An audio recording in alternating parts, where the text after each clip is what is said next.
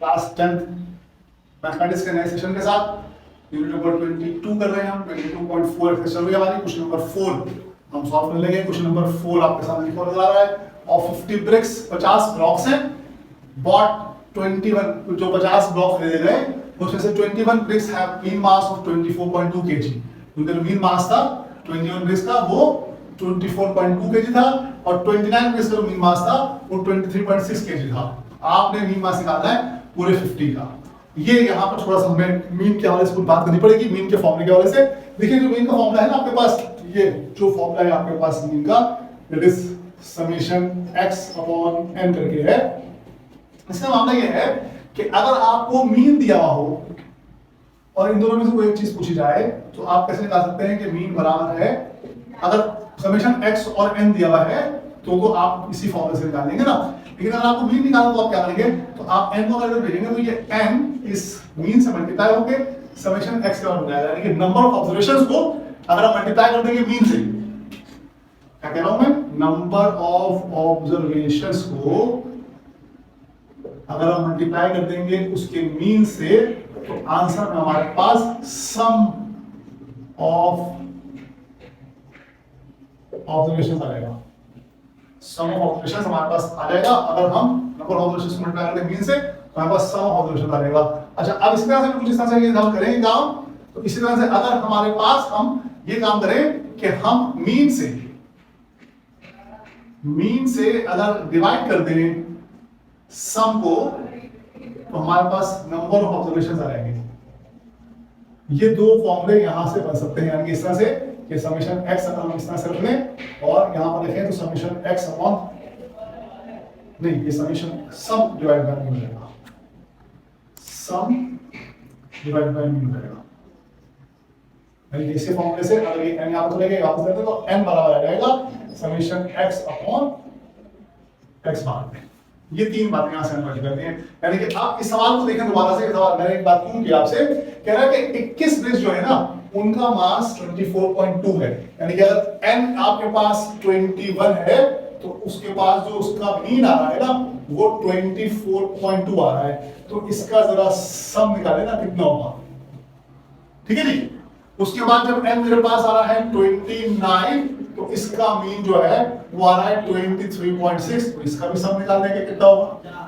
अगर सुबह दोबारा करूं आपको अभी समझाने के लिए कर रहा हूं मैं इस तरह से। और फिर दोनों में प्लॉट करेंगे तो ये n मेरे पास आ जाएगा 50 के बराबर और फिर मुझे इसका x बार निकालना पड़ेगा। तो मैं इस समेशन को टोटल करके ये काम कर सकता हूं। कैसे होगा काम, देखते हैं, सवाल को सॉल्व करते हैं प्रॉपर्ली। ये ध्यान रखिएगा कि ये आइडिया यही है कि जनाब फॉर्मूला इसी फॉर्मूले की वजह से हो रहा है काम। सॉल्यूशन शुरू करते हैं। सबसे पहले 21 bricks have mean mass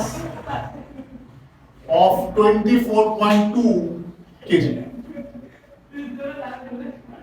Therefore यहां पर हम कहते हैं कि n1 बराबर है 21 के और x बार 1 बराबर है 24.2 के। यहां से समेशन x1 बराबर हो जाएगा n1 मल्टीप्लाई बाय x1 के। तो समेशन x1 बराबर आ जाएगा आपके पास 21 मल्टीप्लाई बाय 24.2 कर दीजिए।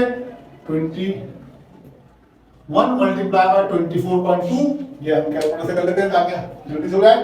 ये आपके पास आ जाएगा 508.2। तो समेशन x1 आपके पास आ गया 508.2। ये आपका समेशन x1 आ गया। उसके बाद आगे से दिया हुआ 29 ब्रिक्स। अब ये कह रहा है कि 29 bricks have mean mass of 23.6 kg। तो therefore हम ये कहेंगे यहां पर कि n2 मेरे पास है 29, x बार 2 मेरे पास है यहां पर 23.6। तो समेशन x2 मेरे पास बराबर आएगा n2 multiply by x bar 2, that is summation x2 बराबर आएगा 29 मल्टीप्लाई बाय 23.6 और समेशन x2 मेरे पास बराबर आएगा 684.4। 684.4 मेरे पास समेशन x2 आ गया। अब मुझे तब की वेटेड ब्रिक्स निकालनी पूरे 50 ब्रिक्स की। तो मैं कहूंगा वेटेड मीन of 50 bricks ये किस तरह से हो जाएगी, ये देखिए किस तरह से मैं लिखता हूं इसको। यहां पर हमारे पास n बराबर हो जाएगा, n बराबर हो जाएगा n1 plus n2 that is 21 plus 29 that is 50 के बराबर रहेगा। और हमारे पास समेशन x बराबर हो जाएगा summation x1 plus summation x2 के दैट इज 508.2 प्लस 684.4, इन दोनों का ऐड कर लीजिए, ये आपके साथ रहेगा 1192.6। क्या आ गया? अब आप इसका मीन निकाल लीजिए। मीन बराबर होगा समेशन x अपॉन n के, तो मीन बराबर होगा समेशन x आपके पास 1192.6 और इसको आप डिवाइड कर दीजिए 50 से, तो x बार आपके पास आ जाएगा 23.852। ये आपका आंसर आ गया। ये क्वेश्चन नंबर 4 भी सॉल्व हो गया। एक्सरसाइज हम कर रहे हैं 22.4, उसका क्वेश्चन नंबर 4 हमने सॉल्व किया इस सेशन के अंदर। यहाँ पर हमारा सेशन एंड होता है। हम फिर नेक्स्ट सेशन के अंदर इसका क्वेश्चन नंबर 5 और 6 दो सवाल इसके बाकी हैं, तो दोनों सवाल करेंगे तो 22.4 खत्म हो जाएगी। 22.4 का क्वेश्चन नंबर 4 आपके सामने सॉल्व हुआ है।